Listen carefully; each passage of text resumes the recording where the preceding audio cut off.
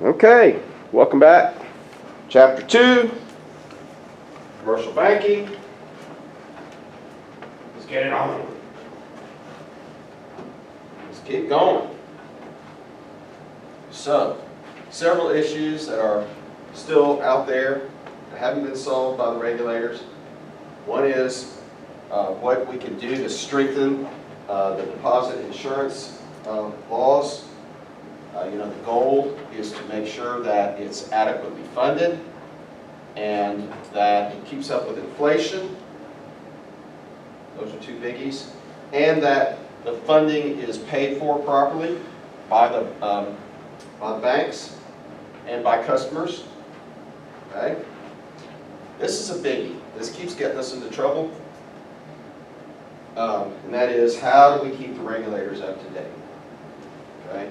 So Wall Street and banking employ a lot of bright people, and they're constantly trying to figure out how to come up with new products that meet customers' needs, new products that get around the regulations, and the regulators have a tough time keeping up with it. And that's what leads to these crises in part. The new products, the inability of regulators to keep up. All right, what do we do about all the overlap? We're talking about people's jobs. Saw that firsthand last semester.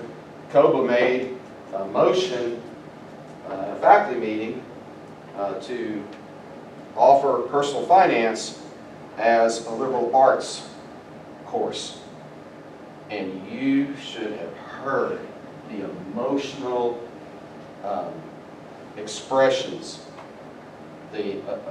coming from the history department and the political science and government departments. And one thing they said was, our courses are harder than your courses. They're more rigorous than your courses. And so students naturally will gravitate to easier classes. That was one of their arguments. Their real concern is that some jobs will be lost over there because students will be interested in taking personal finance instead of taking another history course or another government course. And my response to that is the market will take care of that. And if you try to prop up those jobs when they're not in demand, what do you call that? What do you call it when you socialize a job that's not in demand? When you subsidize, not socialize, I gave it away. Well, the government people, the political science professors over there, they know exactly what it is and they support it. Socialism. Socialism. All right. All right. How do we manage systemic risk, which is too big to fail? It's a huge problem. It's a huge problem. How do we employ capitalism and at the same time build a safety net under companies? Because in capitalism, there is no safety net. Okay? You get paid for being successful, and you get bludgeoned to death for failing. That's brutal capitalism. All right. Okay, so this is similar to overlapping regulations. Okay, and how do we coordinate around the globe? And we saw what happened. We saw the difficulty back in March of last year with coordinating around the globe, because something as essential as information about a highly transmissible virus, that information was withheld. So you would think that people would care enough about people, about humanity, that they would share that information, and it wasn't shared until it was too late. So you apply that to banking. How do we keep an eye on all these big institutions around the world so that we don't have a too big to fail thing? What happens with too big to fail is a company that a lot of other folks rely on in the system fails, and it has a ripple effect, and it brings the whole system down. And that is a very, very serious issue. All right. All right, so now let's look at the central bank. The central bank, particularly as it operates in the United States. Okay? Principal task of the central bank is to develop and implement monetary policy. Monetary policy. And as we'll see, in the U.S., the politicians don't make monetary policy. And that's really important. Really important. You do not want politicians making monetary policy. Okay? The main function is to conduct money and credit policy. Creating money, regulating credit. Credit is the lifeblood of economic activity. You have to have money and credit to operate. Okay? So this entails or involves the setting the cost of borrowing and also making capital available. The cost of capital and the availability of capital. And yes, I've tweaked the notes a little bit. The cost and the availability. Because interest rates could be low, but no one could be lending. So the cost could be great, but the availability not so much. So the Federal Reserve is looking at the cost and the availability. They want people to have access to capital. Why? To promote economic stability. Stability. And that word is important to every government on the planet. If you talk to the head, the government of China, and said, what is your #1 goal for your government? They're going to say, stability. They got 1.4 billion people. They want people to be calm. You can't blame them. Okay? All right. So with stability comes growth. You got to have some growth, not too much. Goldman Sachs used to call it the Goldilocks economy. Not too hot, not too cold, just right. Growth, reasonable inflation. If you've ever lived through a bout of inflation, it is very painful. And our Walton students understand that very well. And then a stable currency, and yes, I tweaked the notes, full employment. You want stability? You don't want people firebombing the courthouse in Portland? You don't want morons hanging off the side of the Capitol building? Then hopefully they will be working. If you have full employment, you have a lot more stability.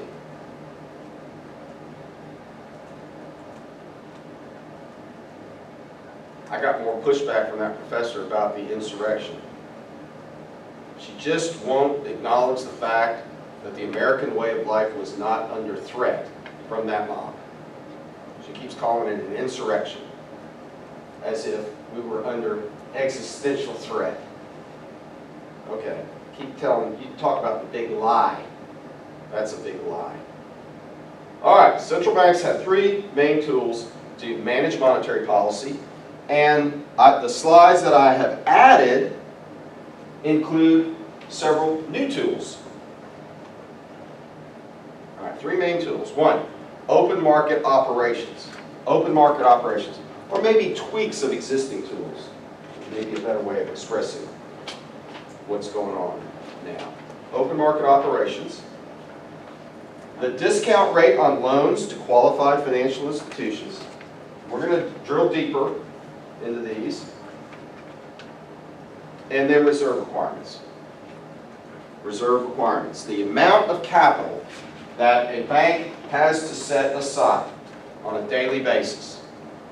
These are the 3 tools that the Federal Reserve has. And they had to really scramble over the last 10 years twice to work within these tools In each of these tools, the central bank is highly regulated as well. There are tons of laws and regulations that prescribe exactly what they can and cannot do.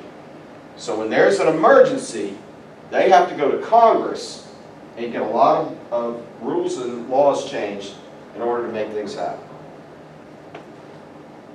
All right, y'all caught up? Do I need to go back? Caught up? Go back.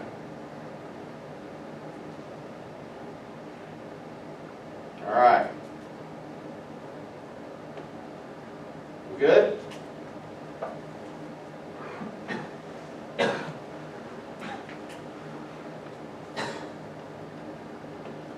Here we go. Okay. So in the U.S., there's a separation, as I said, between the Federal Reserve, the central bank, and the government in terms of policy making and in terms of funding. The Fed charges fees to member banks, and those member banks fund the operation of the Federal Reserve. Okay?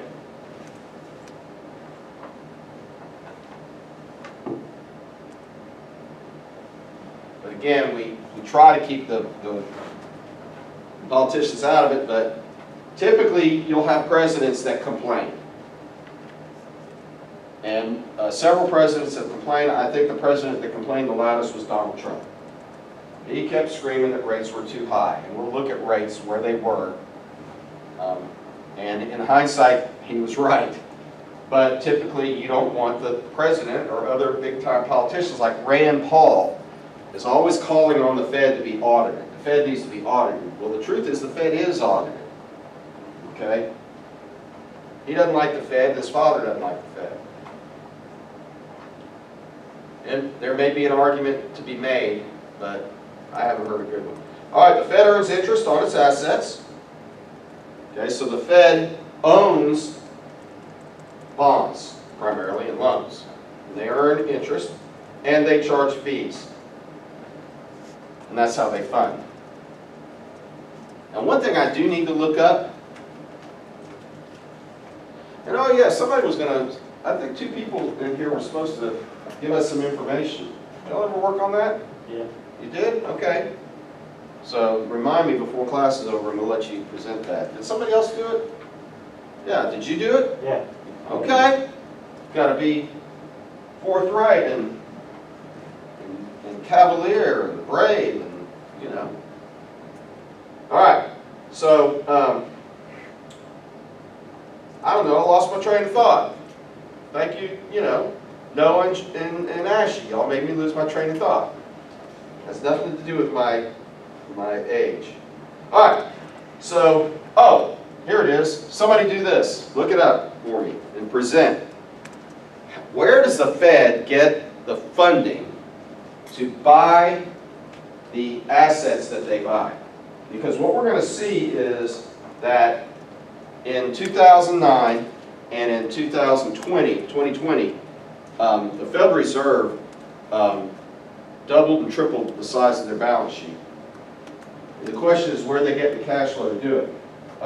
They're not getting it by from the interest they're earning or by the fees they're charging. I'm not exactly sure about that. Yeah? Doesn't it just come from the U.S. Treasury? It could be accommodated by the Treasury. I think that is the answer. I thought they But just like basically swap books. yeah, it's called monetizing the debt. But yeah, somebody present that. Let's hear some details about it.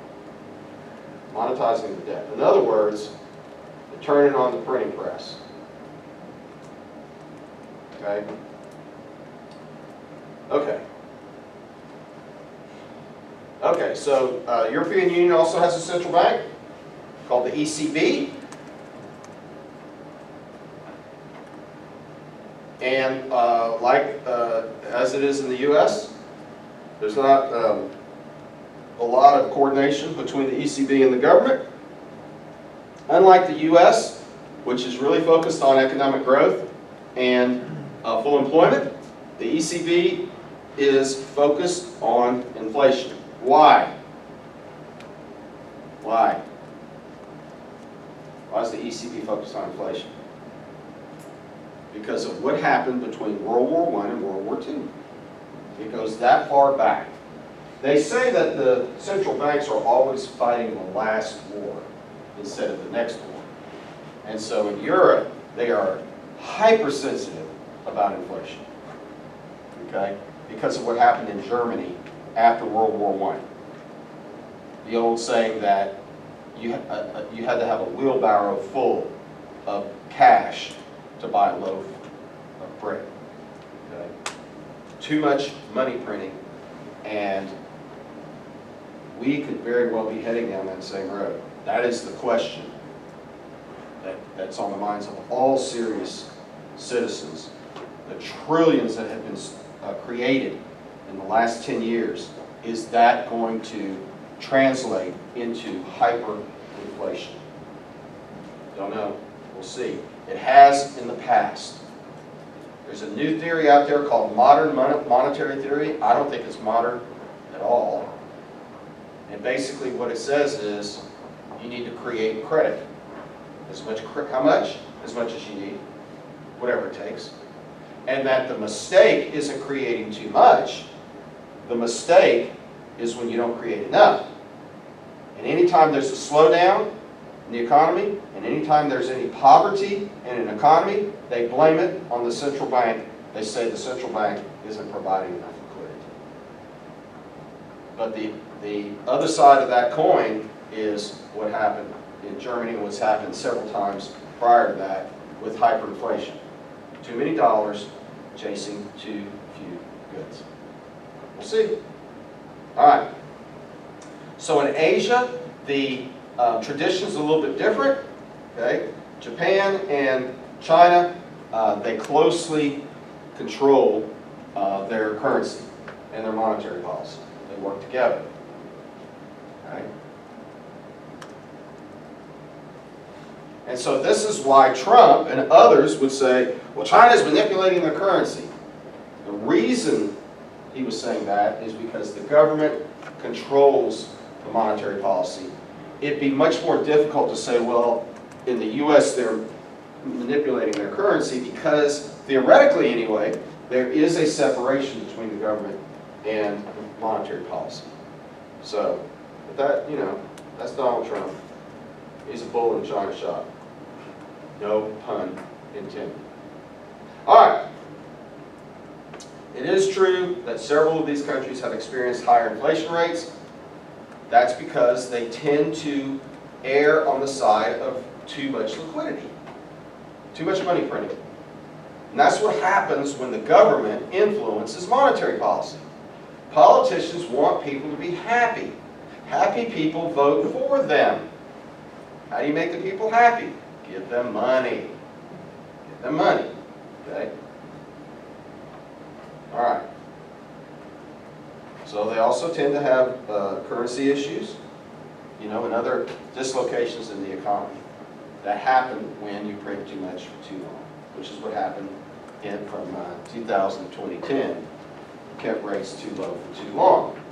And you get weird distortions in your economy that have to be resolved. And it's painful. All right. So, academic studies show that it is better for a nation's economy to separate. So a whole slide talking about separation of government and central bank policy. All right.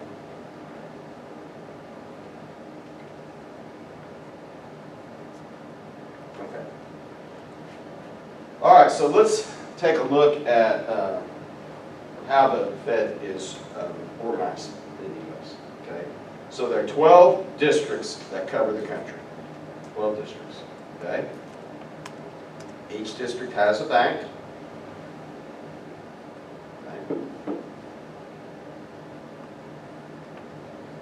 And if you want, so who's going to present on how the Federal Reserve funds their asset purchases? Colin, you can do that, or David and Colin both, you can both do it. Okay?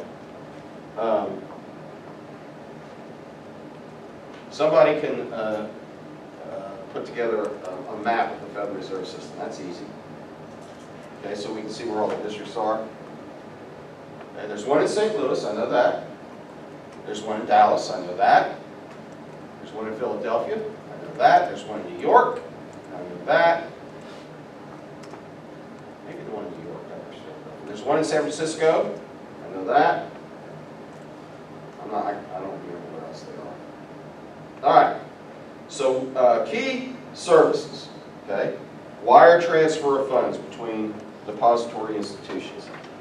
I can't believe we still do it that way. There's an apparatus set up. It's still difficult, but it's getting easier to move money from one bank to another, okay? So I have accounts at Regions and I have accounts at Simmons, and at least now what I'm able to do, for years I had to, if I wanted to fund one account out of another account, I had to physically go in, write a check, and present it to the teller. And then we got this online banking, and I thought, well, great, I'll be able to do this online. No, you couldn't. The only way you can do it is with a mobile app. Not their online banking will do it. But with a mobile app, you can do it. So that's changing, though. It's getting easier. Okay? But that was a big deal, believe it or not. Before all this technology, moving money from one bank to another was a big deal. And it's still an issue. All right. So they safekeep securities. Okay? It's a big scoreboard. Okay? Think about accounting and think about our economy as a big scoreboard. It's a big record. Who has what? Who owns what? And how complicated that is to keep up with. Who owns what? And who makes what? It's a big scorekeeping system. Okay? So they issue new securities from the Treasury and other agencies. They make loans through the discount window, which we'll talk about in more detail. Okay? Oops. So these are the big services that they provide, and they charge for them. It's $25 to wire transfer, to do a wire transfer. Okay? Had a client, or potential client, call me last semester, won a lawsuit, and a very large amount, and had a check. And the bank said, no, we won't accept the check. Only a wire transfer. Only a wire transfer. I think the limit is, on a check, is $100 million.